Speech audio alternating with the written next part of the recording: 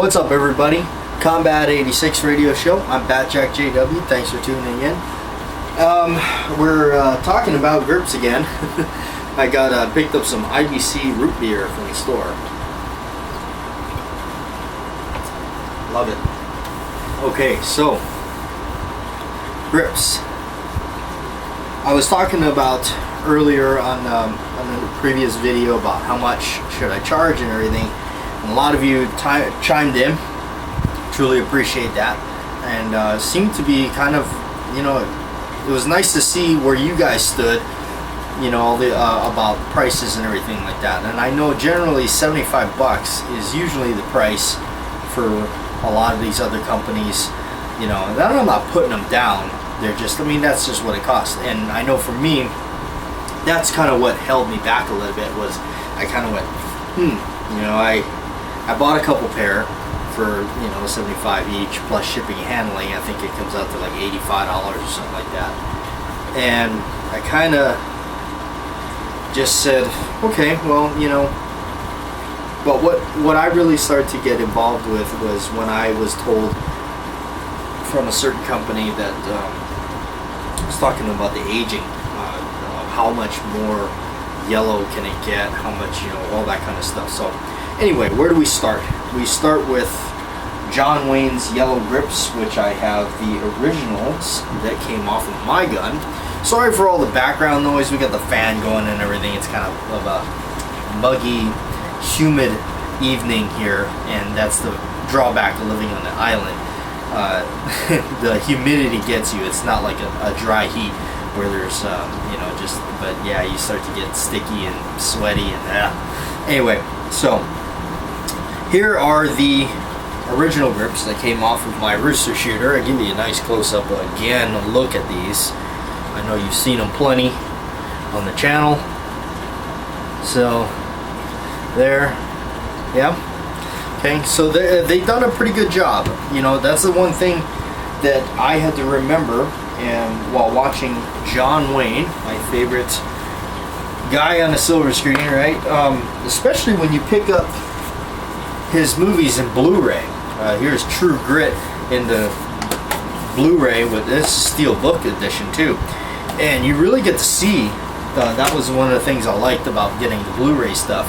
You know, coming back from watching it on VHS, was I really got to see. Wow, okay, you know, you can see really what it looks like. And without a doubt, you know, when you watch it, I mean, it's nothing fancy. It is really some yellow plastic grips. He used Catalan and supposedly tea-stained them, so, you know, and my, you know, story with, these are made by Hogue, and you can buy these. I always thought was, man, okay, that's supposed to be ivory. And I tried to stain these myself. Don't try it. It doesn't really work. I wound up having to find some from NC Ordnance and stain those. And those took to staining. And if you do want to stain those, or attempt to stain it, what you should use, which I found, is leather dye. I know this one's all cruddy, but this is Feeving's leather dye. Amazon. $6 free shipping from a company. No joke. So I started making these things really as a, because when I broke the originals off of that gun, and it broke, you know, right at the base. Anyway, they broke. Called up Cimarron. They pretty much kind of told me, you know, hey, the fellow that we had make those particular ones you got, no longer in business and all that. Mine were made by Bar S. And from what my knowledge is, they don't exist anymore. So, and I found that out by looking on the reverse side. Back when it was there was a little stamp on it that said Bar S grips. The only complaint, I guess, I would say on it was the finger grooves. Not exactly something to write home about, but the color is amazing. But anyway, I started to wonder how much, you know, what level of aging can it go to. Now, where I started when making these things, now I did not just wake up one day and go, hey, I'm gonna, you know, make a mold and cast this stuff myself and grab some polyurethane from the store and, you know, this casting resin stuff and do it myself. And in fact, when I mentioned that to a friend of mine, he laughed. He said, oh my, he goes, I don't know, man. He said, that seems a little crazy, you know. I don't think it's as easy as it sounds, and it sure is not. Let's see here. Okay, here is one of my early grips. This is very early on that I made here. Okay, this is actually the grip that's on this gun right here. This is the grip that's on this gun. The other side's broken. That's on my profile picture of Batjack JW. Yes, believe it or not, this is that grip. Okay, it's on the picture. And if you look all the way back to the water, I think it's Cimarron versus what. Anyway, we dropped this thing into water. That was with these grips right here. Okay, first starting out, got to start somewhere. Anyway, I'll show you this later. I know I'm keeping the suspense going on this video, right? Okay, so I started to think this is what you're kind of getting. So I thought about it and I said, all right, I'll make my own version of that. That's what I kind of came up with. Now these actually show up darker on camera than what they really are. This is not as dark as you think it is. It's just really light. It's a really light color. Now the tier is a little bit closer, I think, to John Wayne's grips. John Wayne's grips are yellow.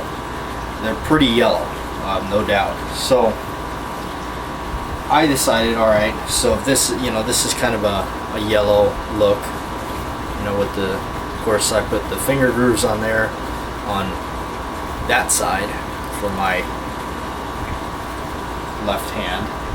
Okay, so I said, all right, well, let's start to take it a little bit further, and I created these. And these are a lot more darker yellow. Okay, maybe that's the one that's been sitting in the museum for a while. These don't have finger grooves. Okay, so now, you know, I tell you, when you do this stuff, if they drop, I mean, I'm not gonna lie and tell you they're indestructible, but even these that I make, and this is exactly what happened. This was started this whole fiasco that turned into something good. Is right there in the corner, you can see it. Now that broke. Okay, and that dropped and that broke and the thing chipped off, and I tell you, if I would have paid, I mean, that would have been pretty much 75 bucks plus shipping and handling. It would be $85 right there down the drain. And that's kind of what happened. And I'm probably sure that's happened to somebody somewhere. Alright, so here's another one. This has got some really heavy aging to it. Now this one even has surface cracks in it. I don't know if they'll show up on camera or not, but that's something I started working with. And then you got what's on my gun. This is mine that I made for myself personally, so as that's what this all began. And you can actually see now I left a lot of things on this. So towards the bottom I put some cracks in it, put some chips in the bottom, and right here there's some cracks. So that it's got, I wanted it to have a really worn look. Now as for my Cimarron Rooster Shooter, as you know, it's supposed to have the antique finish. I decided, well, heck, let's make sure it's got a real antique ivory looking type grips on it that has a tremendous amount of age to it. Now this is about as far as I think you can get with aging without it looking completely just like a brown grip in a sense. So I'll show you some other ones. Let me grab it here. Now this is something like more of like a less like something I tried to recreate from the originals. This is just your soft, mellow yellow, kind of orange, almost finished grip. And now, strange thing is about the originals is they're offset. What I mean by that is the color's off. one grip is darker than the other. So that is why on mine I made the finger groove side darker than the other side. That's why it shows up like that. And then it's put together as one piece. That's why it's like this. You just glue a block together in the middle. I use JB Weld because JB Weld is more like a paste. Stays put. Epoxy can get like runny and messy and all that kind of stuff. So anyway, well, there it is. Just wanted to talk a little bit about the aging and process and everything like that. And I'm certainly happy to have sold a pair.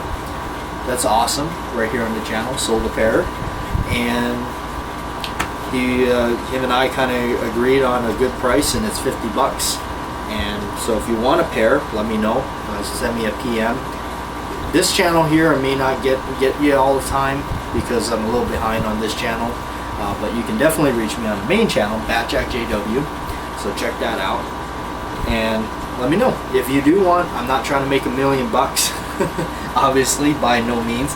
But I really more or less wanted to offer something that basically it's what these other guys are offering, something similar, you know, that it took me a while to figure it out. But I'm trying to offer it for a lot lower price. I'm just trying to make it affordable for everybody. And I'm straight up with everybody.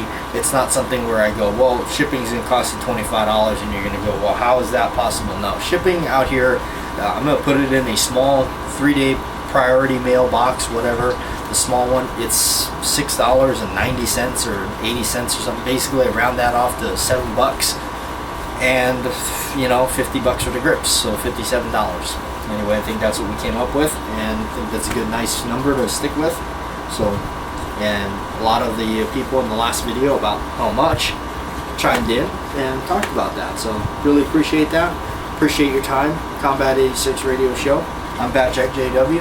Thanks for watching. Maybe we'll carry on some of this talk over onto the main channel, as I was trying to, you know, keep the two separated a little bit from content to content. So, in a sense, it's the same, but in a way it's different. Anyway, catch you guys later.